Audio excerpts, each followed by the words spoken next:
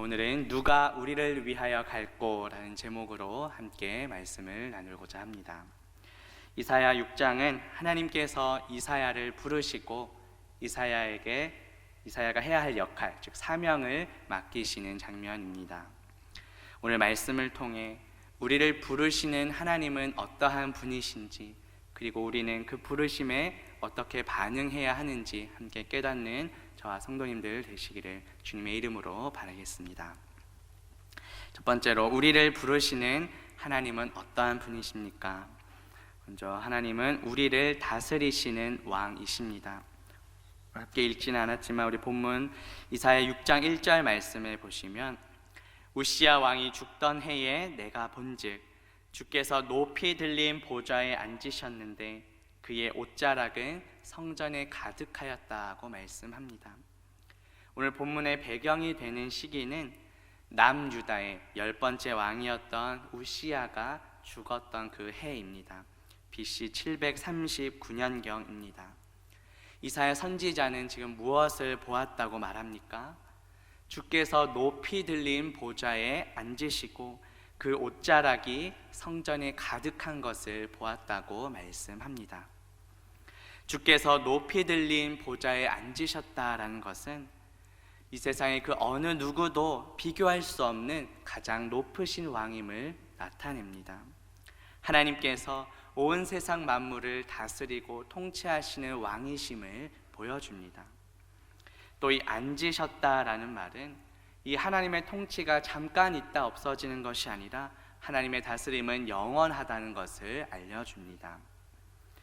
또 옷자락이 성전에 가득 덮였다라는 것은 그 만왕의 왕이신 하나님의 능력과 그 권능이 온 세상을 덮고 있음을 보여줍니다. 이사야 선지자는 이렇게 주께서 높이 들린 보좌에 앉으시고 그 옷자락이 성전에 가득 찬 것을 보았습니다. 신약에 넘어오면서 이 성전은 예수 그리스도의 육체를 나타냅니다. 예수님께서는 자신의 육체를 가리켜 성전이라고 말씀하셨습니다. 요한복음 2장 19절과 21절에 보면, 너희가 이 성전을 헐라 내가 사흘 동안에 일으키리라. 예수는 성전된 자기 육체를 가리켜 말씀하신 것이라고 말합니다. 성전이신 예수님께서는 우리 죄를 사하시려 십자가에서 죽으셨습니다. 그리고 성경대로 사흘 만에 다시 부활하셨습니다. 그리고 지금은 승천하셔서 하나님의 보좌 우편에 앉아 계십니다. 온 세상 만물을 주관하고 다스리고 계십니다. 그리고 예수님께서는 우리에게 보혜사 성령님을 보내주셨습니다. 예수 그리스도를 믿는 우리 안에 성령님께서 계십니다. 따라서 바울은 이제 우리가 바로 성령의 전이라고 말씀합니다. 신약성경 고린도전서 6장 19절과 20절에 보면, 너희 몸은 너희가 하나님께로부터 받은 바 너희 가운데 계신 성령의 전인 줄을 알지 못하느냐. 너희는 너희 자신의 것이 아니라 값으로 산 것이 되었으니 그런즉 너희 몸으로 하나님께 영광을 돌리라고 말합니다. 우리를 값으로 사신 분이 누구십니까? 바로 예수 그리스도이십니다. 예수님께서는 십자가에서 피 흘리심으로 우리가 치러야 할 모든 죄의 값을 대신 치르셨습니다. 우리를 죄의 노예에서 속량하시고 주님의 자녀로 삼아 주셨습니다. 따라서 우리는 이제 내가 주인 된 삶이 아니라 예수 그리스도께서 주인 된 삶을 살아가야 합니다. 왕 되신 하나님께서 나의 삶을 다스리시도록 해야 합니다. 지금 내 삶의 주인은 누구입니까? 나를 다스리는 왕은 누구입니까? 하나님의 말씀보다 나의 생각과 판단, 나의 삶의 경험을 더 의지하고 더 붙들고 있지는 않은지 돌아봅시다. 왕 되신 그 하나님의 말씀에 다스림을 받는 저와 성도님들 되시기를 바라겠습니다. 두 번째로, 우리를 부르시는 하나님은 바로 거룩하신 분이십니다. 본문 3절 말씀 같이 보시면 서로 불러 이르되 거룩하다 거룩하다 거룩하다 만군의 여호와여 그의 영광이 온 땅에 충만하다라고 말씀합니다. 이 구절은 천사들이 하나님을 찬송하는 구절입니다. 거룩하다라는 말이 3번이나 반복되며 강조되고 있습니다. 이것은 하나님의 완전한 거룩하심을 나타냅니다. 거룩하신 하나님께서는 우리도 거룩하기를 원하십니다. 구약성경 레위기 11장 45절에 보면 나는 너희의 하나님이 되려고 너희를 애굽 땅에서 인도하여 낸 여호와라. 내가 거룩하니 너희도 거룩할지어다 라고 말씀합니다. 이 거룩하다라는 말은 구별되다라는 뜻입니다. 먼저 하나님께서 거룩하시다는 것은 이 세상의 모든 그런 부정한 것들, 세속적인 것과 구별되시는 분이라는 뜻입니다.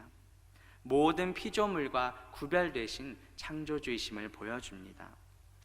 이러한 거룩하심을 우리에게 어떻게 적용할 수 있습니까?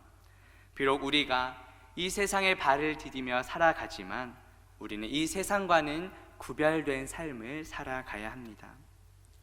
믿지 않는 사람들이 우리의 삶의 모습을 볼 때 믿지 않는 사람들과 별반 다르지 않다면 아무런 덕이 되지 못할 것입니다. 요즘 뉴스를 보면 믿는 자들이 더 덕이 되지 못한 행동을 하는 것을 우리가 종종 보게 됩니다. 물론 우리가 어떤 착한 행동을 해서 그것을 조건으로 구원받는 것은 아닙니다. 우리가 구원받는 것은 예수 그리스도를 믿음으로 전적인 하나님의 은혜로 우리는 구원받는 것입니다. 하지만 하나님의 은혜로 구원받았다면 착한 행실로 하나님께 영광 돌려야 합니다. 믿지 않는 자들에게 우리의 삶을 통해 선한 빛을 나타내야 합니다. 예수님께서도 산상수훈에서 이렇게 말씀하셨습니다. 마태복음 5장 16절에 보면 이같이 너희 빛이 사람 앞에 비치게 하여 그들로 너희 착한 행실을 보고 하늘에 계신 너희 아버지께 영광을 돌리게 하라고 말씀합니다. 이것은 우리가 구원받게 되는 조건이 아니라 이미 구원받은 자의 삶의 모습을 보여줍니다. 우리는 세상과 구별된 삶을 살아가고 있습니까? 혹시 이 세상과 타협하여 아무런 구분 없이 살아가고 있진 않은지 돌아봅시다. 바울은 우리에게 이렇게 권면합니다. 로마서 12장 1절과 2절에 보면 너희 몸을 하나님이 기뻐하시는 거룩한 산 제물로 드리라. 이는 너희가 드릴 영적 예배니라. 너희는 이 세대를 본받지 말고 오직 마음을 새롭게 함으로 변화를 받아 하나님의 선하시고 기뻐하시고 온전하신 뜻이 무엇인지 분별하라고 우리에게 권면합니다. 우리는 우리의 몸을 하나님이 기뻐하시는 거룩한 산 제물로 드려야 합니다. 세상과 타협하고 세상을 본받는 것이 아니라 세상과 구별된 삶을 살아가야 합니다. 이렇게 하기 위해서는 어떻게 해야 할까요? 말씀을 통해 하나님의 선하시고 기뻐하시고 온전하신 뜻이 무엇인지 분별해야 합니다. 말씀이신 예수 그리스도를 닮아가야 합니다. 신약성경 고린도전서 1장 30절에 보면 예수는 하나님으로부터 나와서 우리에게 지혜와 의로움과 거룩함과 구원함이 되셨다고 말씀합니다. 예수님께서는 하나님의 거룩함이십니다. 우리는 말씀을 통해 하나님의 거룩함이신 예수 그리스도를 발견해야 합니다. 거룩하신 예수 그리스도께서 나의 삶 속에서 그 거룩함을 드러내시도록 해야 합니다. 지난 주일 설교 시간에도 예수 그리스도께서 나를 사시는 그 삶이 가장 영적으로 깊은 삶이라고, 깊은 단계라고 말씀을 들었습니다. 갈라디아서 2장 20절 말씀 다시 보면 내가 그리스도와 함께 십자가에 못 박혔나니 그런즉 이제는 내가 사는 것이 아니요 오직 내 안에 그리스도께서 사시는 것이라. 이제 내가 육체 가운데 사는 것은 나를 사랑하사 나를 위하여 자기 자신을 버리신 하나님의 아들을 믿는 믿음 안에서 사는 것이라. 바울은 이렇게 고백했습니다. 이 바울의 고백이 시간 저와 우리 성도님들의 고백이 되기를 주님의 이름으로 바라겠습니다.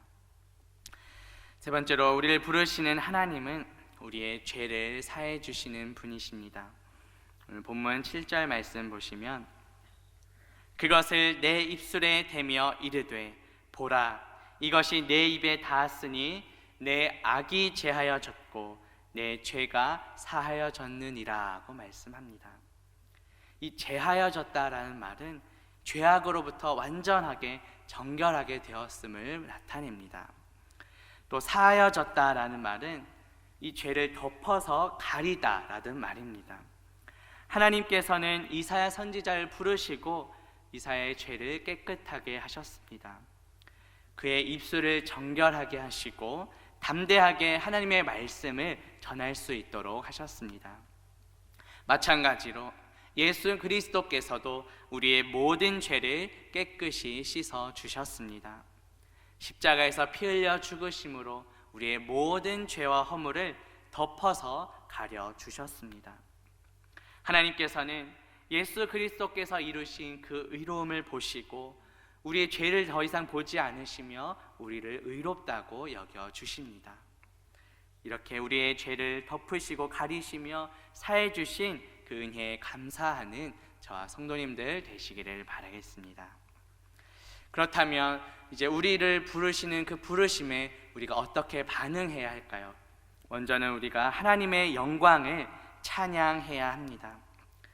이사야 6장 3절 말씀 보시면, 서로 불러 이르되 거룩하다 거룩하다 거룩하다 만군의 여호와여, 그의 영광이 온 땅에 충만하도다 라고 말씀합니다.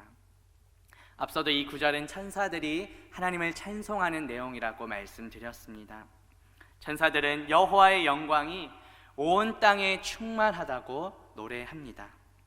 이 온 땅은 우리 모든 인간들이 살아가는 온 세상을 가리킵니다. 따라서 이 온 세상을 살아가는 우리 모두는 하나님의 영광을 찬양하는 것이 지극히 마땅합니다. 우리 인간이 창조된 목적 역시 하나님을 찬송하기 위함입니다. 이사야 선지자는 이사야 43장 21절에 보면, 이 백성은 내가 나를 위하여 지었나니 나를 찬송하게 하려 함이라고 말씀합니다. 우리는 삶 속에서 하나님을 찬송하고 있습니까? 하나님께서 꼭 우리에게 어떤 은혜를 주셔야만 하나님을 찬양하는 것이 아닙니다. 하나님 자체만으로, 하나님 존재만으로 찬양 받으시기에 합당하십니다. 또 우리는 어떠한 상황 속에서도 하나님을 찬양해야 합니다. 이것을 잘 보여준 것이 구약 성경의 하박국 선지자의 고백입니다.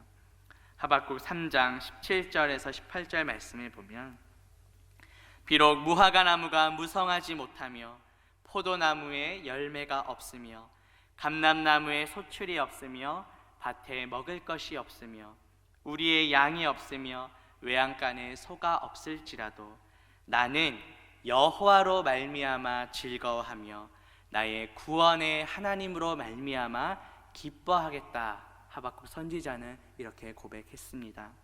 이 하박국 선지자의 고백이 우리 모두의 고백이 되기를 바라겠습니다. 두 번째로, 부르심을 받은 우리는 죄를 회개해야 합니다. 본문 5절 말씀에 보면, 그때에 내가 말하되 화로다 나여 망하게 되었도다.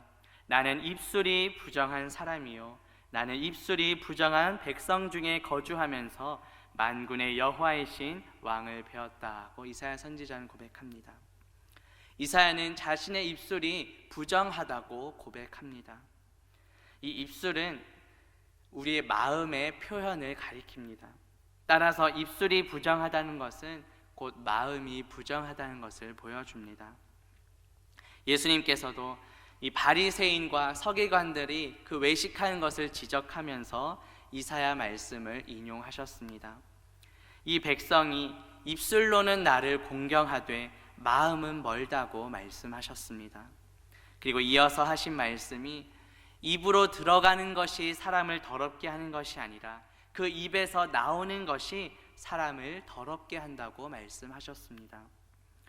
마태복음 15장 18절과 19절에 보면 입에서 나오는 것들은 마음에서 나오나니 이것이야말로 사람을 더럽게 하느니라. 마음에서 나오는 것은 악한 생각과 살인과 간음과 음란과 도둑질과 거짓 증언과 비방이라고 말씀하셨습니다. 이사야 시대의 유다 백성들은 이미 마음으로부터 다 부정한 자들이었습니다. 이사야도 당시 백성들과 마찬가지로 자신 역시 입술이 부정한 자라고 고백합니다. 우리에게도 이러한 회개의 모습이 필요합니다. 물론 예수 그리스도께서 우리의 모든 죄를 십자가에서 다 해결해 주셨습니다. 하지만 우리는 연약한 존재이기에 이 땅을 살아가는 동안 계속해서 넘어지며 죄를 짓게 됩니다. 그래서 요한복음 13장 10절에 보면 예수께서 이르시되 이미 목욕한 자는 발밖에 씻을 필요가 없느니라. 온 몸이 깨끗하니라. 너희가 깨끗하나 다는 아니라고 말씀하셨습니다. 이단 중에 구원파라는 이단이 있습니다. 그들은 한 번 구원받았으니 더 이상 회개할 필요가 없다라고 주장합니다. 하지만 그것은 잘못된 주장입니다. 하나님의 은혜, 십자가 은혜를 부정하는 영적 교만입니다. 물론 우리가 구원받은 것은 결코 취소되거나 사라지지 않습니다. 빌립보서 1장 6절에 보면 너희 안에서 착한 일을 시작하신 이가 그리스도 예수의 날까지 이루실 줄을 우리는 확신한다고 바울은 말합니다. 하나님께서는 우리 안에 시작하신 그 구원의 역사를 끝까지 지켜주십니다. 그렇기에 우리는 구원의 확신을 가질 수 있습니다. 하지만 그렇다고 해서 이미 구원받았으니 죄를 지을 때마다 회개할 필요가 없다는 것은 아닙니다. 구원받았기에 하나님의 은혜를 의지하며 회개할 수 있게 된 것입니다. 죄를 깨닫고 회개할 수 있는 것도 하나님의 은혜입니다. 오늘 새벽에도 예레미야 4장 말씀을 통해 우리가 회개가 무엇인가를 들었습니다. 회개는 바로 하나님께로 돌아오는 것입니다. 요한일서 1장 9절에 보면 만일 우리가 우리 죄를 자백하면 그는 미쁘시고 의로우사 우리 죄를 사하시며 우리를 모든 불의에서 깨끗하게 하실 것이라고 말씀합니다. 우리가 죄를 자백하면, 우리가 죄를 회개하면 하나님께서 용서해 주시겠다고 약속하셨습니다. 이 약속의 말씀을 믿고 회개하는 저와 성도님들 되시기를 바라겠습니다. 마지막 세 번째로 부르심을 받은 우리는 그 말씀을 듣고 순종해야 합니다. 본문 8절 말씀 다시 보시면 내가 또 주의 목소리를 들으니 주께서 이르시되 내가 누구를 보내며 누가 우리를 위하여 갈꼬 하시니 그때 내가 이르되 내가 여기 있나이다 나를 보내소서라고 말씀합니다. 이 듣는다라는 히브리어 단어가 쉐마인데 이것은 단순히 귀로 듣는 것뿐만 아니라 내 삶의 순종으로 보여주는 것을 포함합니다. 하나님께서 내가 누구를 보내며 누가 우리를 위하여 갈꼬라고 물으셨습니다. 그러자 이사야는 어떻게 반응합니까? 하나님의 말씀을 듣고 순종의 반응을 보입니다. 내가 여기 있나이다 나를 보내소서라고 대답합니다. 이사야는 자신의 죄가 이제 사함 받았음을 확신했습니다. 부정한 자신의 입술이 정결하게 되었음을 확신했습니다. 그래서 이제 그 입술로 하나님의 말씀을 전하기로 결단합니다. 우리는 모두 하나님의 은혜로 죄 사함 받은 자들입니다. 그렇다면 주님의 은혜를 받은 우리가 보여야 할 반응은 무엇이어야 합니까? 하나님의 말씀을 듣고 순종해야 합니다. 예수님께서는 말씀을 듣고 행하는 것의 중요성을 가르치시기 위해 집의 비유를 드셨습니다. 마태복음 7장 24절에서 27절 말씀에 보면 그러므로 누구든지 나의 이 말을 듣고 행하는 자는 그 집을 반석 위에 지은 지혜로운 사람 같다고 말씀하십니다. 반면 하나님의 말씀을 듣고 행하지 아니하는 자는 그 집을 모래 위에 지은 어리석은 사람 같다고 말합니다. 반석 위에 지은 집은 비바람이 불어도 무너지지 않습니다.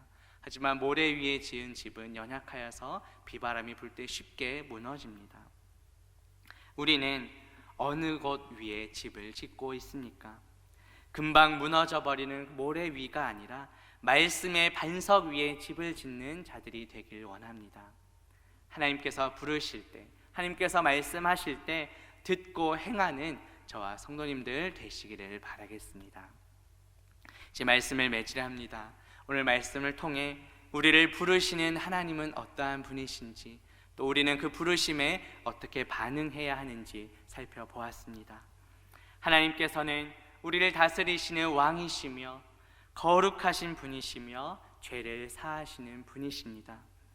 우리를 부르신 곳, 그 가정과 직장, 일터 등 부르신 그곳에서 날마다 하나님의 영광을 찬양하며 우리의 죄를 회개하며 말씀을 듣고 순종하는 저와 성도님들 되시기를 주님의 이름으로 바라겠습니다. 기도합니다. 하나님 아버지, 오늘 말씀을 통해 우리를 부르시는 하나님은 어떠한 분이신지, 우리는 어떻게 반응해야 하는지 깨닫게 하시니 감사합니다.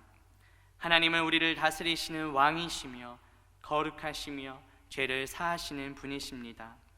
가정과 직장, 일터 등 우리를 부르신 그곳에서 날마다 하나님의 영광을 찬양하며 나의 죄를 회개하며 말씀을 듣고 순종하는 우리 모두가 되게 하여 주옵소서.